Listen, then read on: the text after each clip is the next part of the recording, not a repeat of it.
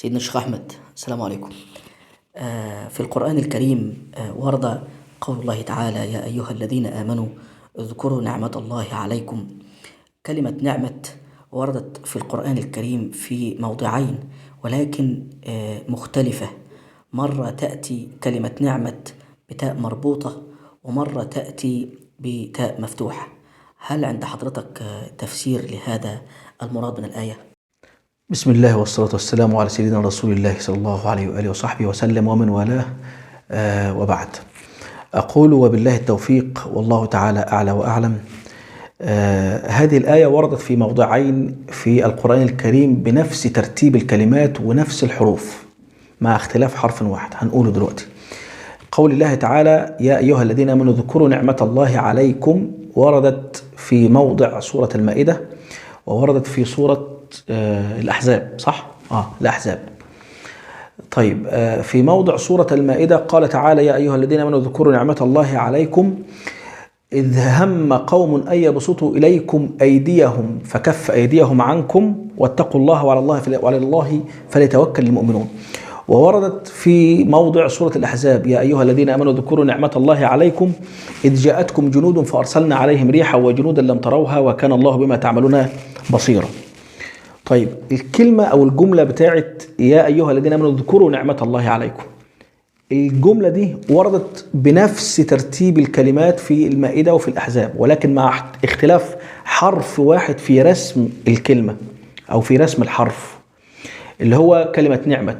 لو بصيت في سورة المائدة هتلاقي يا أيها الذين آمنوا اذكروا نعمة الله عليكم، وكلمة نعمة أو التاء بتاعت نعمة جاءت مفتوحة، أو زي ما بيقولوا أهل اللغة تاء مبسوطة. تمام. وفي موضع الأحزاب جاءت تاء مغلقة، مع أن نفس الكلمة هي واحدة. واخد بال حضرتك؟ في الأحزاب جاءت مغلقة تاء مربوطة على نقطتين. طب إيه الاختلاف في رسم الآية ديت؟ تفسير الإمام البغوي بيقول إن الآية بتاعت سورة المائدة نزلت في غزوة قاع، في إحدى حروب النبي صلى الله عليه وسلم، ونزلت في سياق إن الكفار أرادوا أن يهموا بالمسلمين وبرسول الله صلى الله عليه وسلم. الآية بتقول: يا أيها الذين آمنوا اذكروا نعمة الله عليكم إذ هم قوم أن يبسطوا إليكم أيديهم فكف أيديهم عنكم. كف أيديهم عنكم يعني هذه نعمة من نعم ربنا سبحانه وتعالى على المؤمنين وعلى رسول الله صلى الله عليه وسلم، إذ كف أيدي الكفار عن المسلمين وعن رسول الله صلى الله عليه وسلم. فهذه نعمة أصبحت نعمة ظاهرة رأوها رأي العين، فرسمت هذه التاء بتاء مفتوحة لأنها فتحت أمام المسلمين وأمام رسول الله صلى الله عليه وسلم. أما في موضع سورة الأحزاب قوله تعالى: يا أيها الذين آمنوا اذكروا نعمة الله عليكم إذ جاءتكم جنود فأرسلنا عليهم ريحا وجنودا لم تروها.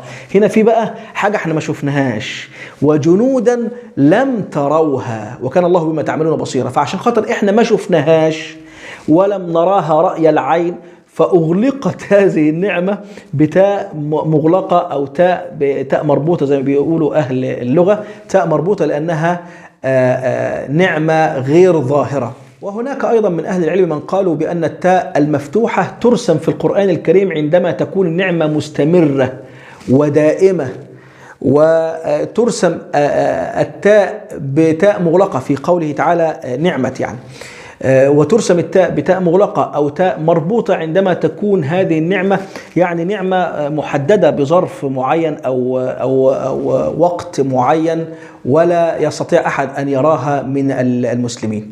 والله تعالى أعلى وأعلم.